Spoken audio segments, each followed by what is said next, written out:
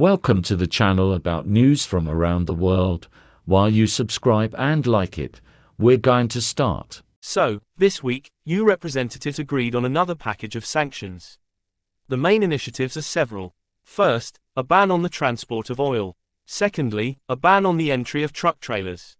And third, secondary sanctions on those who help Russia circumvent the sanctions. But let's break it down in order. European officials have banned oil deliveries through the northern branch of the Druzhba pipeline. Poland and Germany used to get their hydrocarbons there. Now they will not. To be more exact, Russian oil has not been delivered through this pipeline since the beginning of this year. Instead, oil from Kazakhstan was transited.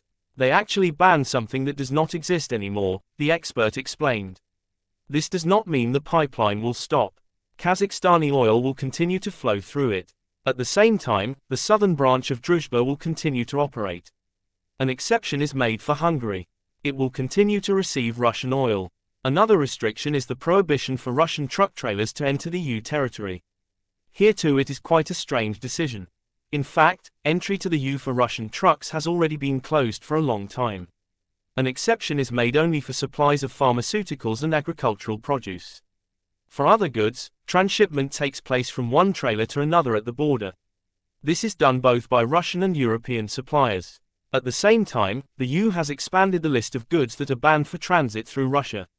In other words, it will be more difficult for suppliers from Kazakhstan or Armenia to take certain goods across the Russian border. Incidentally, there is a new development from the EU. They have begun to apply sanctions against other states, not only Russia. Some companies from certain countries, notably Iran, have already been put on the stop list. The EU has already banned its businesses from cooperating with them, and it has threatened that similar secondary sanctions will also affect other businesses. At least, the EU has developed a mechanism for admitting involvement in sanctions evasion. For example, trade anomalies will be considered signs of sanctions circumvention. For example, exports of vehicles from the EU to Russia fell by 78% in 2022. While exports from the EU to Kazakhstan soared by 268%. This was the example given by European officials. Overall, Armenia, Kyrgyzstan, Kazakhstan, Turkey and China aroused the EU's suspicions. They have gone for secondary sanctions against other states. These are unpleasant things. Put yourself in the shoes of Armenian or Kazakh businessmen. Now they are being told that we will stop selling our products to you. Many will now think twice before doing business with Russia, the expert said. However, the European officials themselves say that they will approach each case with caution, so that innocent companies do not get caught in the crosshairs.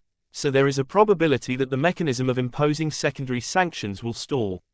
Bottom line, overall, most Russian experts believe that the next sanctions package is doing less and less damage to Russia. This is understandable. Most of the imaginable and unimaginable restrictions have already been imposed. It is getting harder to come up with something extra, especially since the Europeans are trying not to hurt themselves either. The reaction of the Russian stock market proves it partly. On Friday morning, the Moscow Exchange Index was down more than a percentage point. But then it rebounded. Nothing unusual, in fact. Moreover, the Russian market has already been at record highs since the beginning of the year. And speculators, most likely, simply took advantage of the good news to lock in their profits. Thank you for watching. If you're interested, subscribe and leave a comment.